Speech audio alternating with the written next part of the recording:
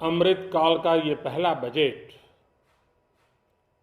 विकसित भारत के विराट संकल्प को पूरा करने के लिए एक मजबूत नींव का निर्माण करेगा। ये बजट वंचितों को वरीयता देता है। ये बजट आज की एस्पिरेशनल सोसाइटी, गांव, गरीब, किसान, मध्यम वर्ग सभी के सपनों को पूरा करेगा।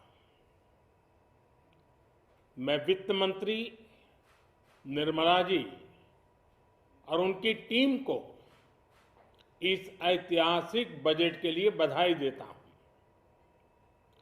साथियों, परंपरागत रूप से अपने हाथ से औजारों और टूल्स से कड़ी मेहनत कर कुछ न कुछ सृजन करने वाले करोड़ों विश्वकर्मा इस देश के निर्माता हैं। लोहार, सुनार, कुम्हार, सुथार, मूर्तिकार, कारीगर, मिस्त्री, अनगिनत लोगों की बहुत बड़ी लंबी लिस्ट है।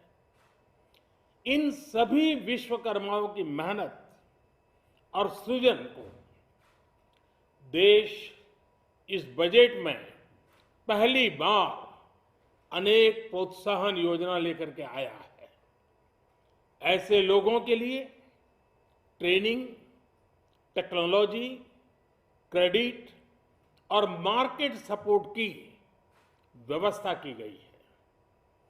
पीएम विश्वकर्मा कौशल सम्मान यानी पीएम विकास करोड़ों विश्वकर्माओं के जीवन में बहुत बड़ा बदलाव लाएगा।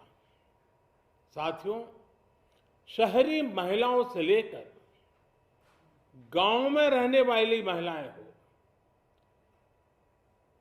कारोबार रोजगार में व्यस्त महिलाएं हो या घर काम में व्यस्त महिलाएं हो, उनके जीवन को आसान बनाने के लिए बीते वर्षों में सरकार ने अनेकविध कदम उठाए हैं। जल जीवन मिशन हो, उज्ज्वला योजना हो, पीएम आवास योजना हो, ऐसे अनेक कदम, इन सबको बहुत बड़ी ताकत के साथ आगे बढ़ाया जाएगा। उसके साथ साथ महिला सेल्फ हेल्प ग्रुप एक बहुत बड़ा सामर्थ्यवान क्षेत्र आज भारत में बहुत बड़ी जगह अपने आप एक्वायर कर चुका है। उनको अगर थोड़ा सा बल मिल जाए तो मिरेकल कर सकते हैं। और इसलिए विमेन सेल्फ हेल्प ग्रुप उनके सर्वांगीण के विकास के लिए नई पहल इस बजट में एक नया आयाम जोड़ेगी। महिलाओं के लिए एक विशेष बचत योजना भी शुरू की जा रही है और जनधन अकाउंट के बाद ये विशेष बचत योजना सामान्य परिवार की गृहिणी माताओं बहनों को बहुत बड़ी ताकत देने वाली है। ये बजट सहकारिता को ग्रामीण अर्थव्यवस्था के विकास की धुरी बनाएगा। सरकार ने कोऑपरेटिव सेक्टर में दुनिया की सबसे बड़ी अन्न भंडारण योजना बनाई है, स्टोरेज कैपेसिटी।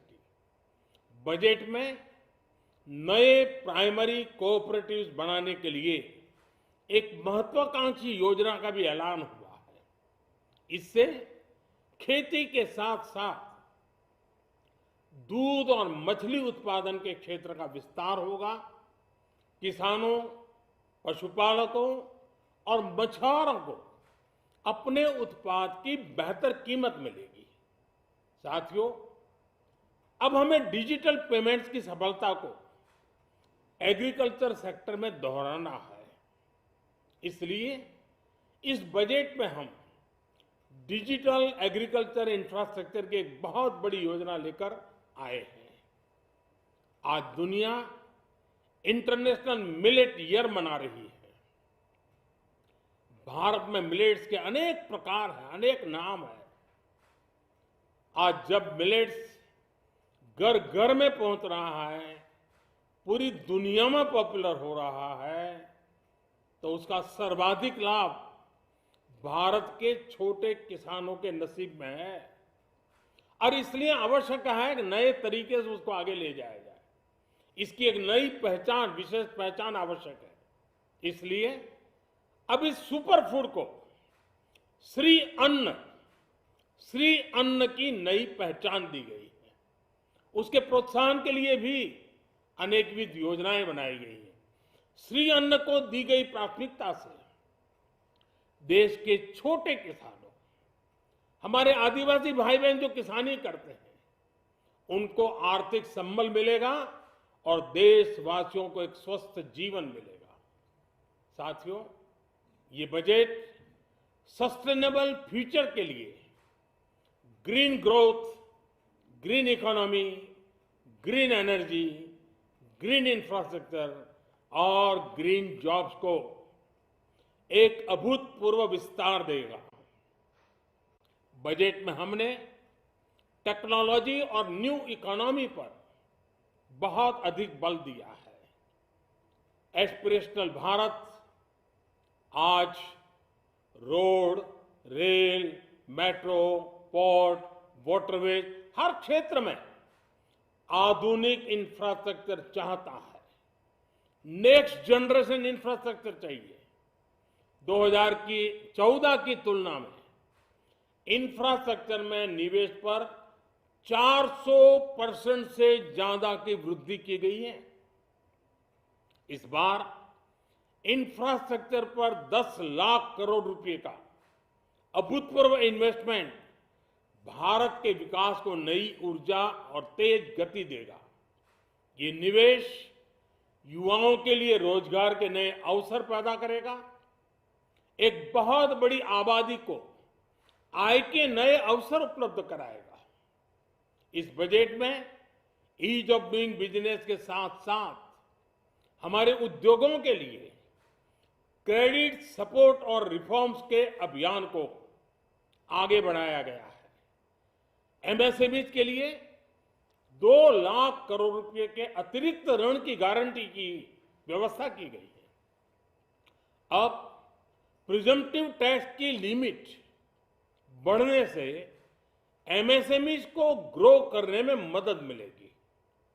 बड़ी कंपनियां द्वारा एमएसएमईज को समय पर पेमेंट मिले, इसके लिए नई व्यवस्था बनाई गई है।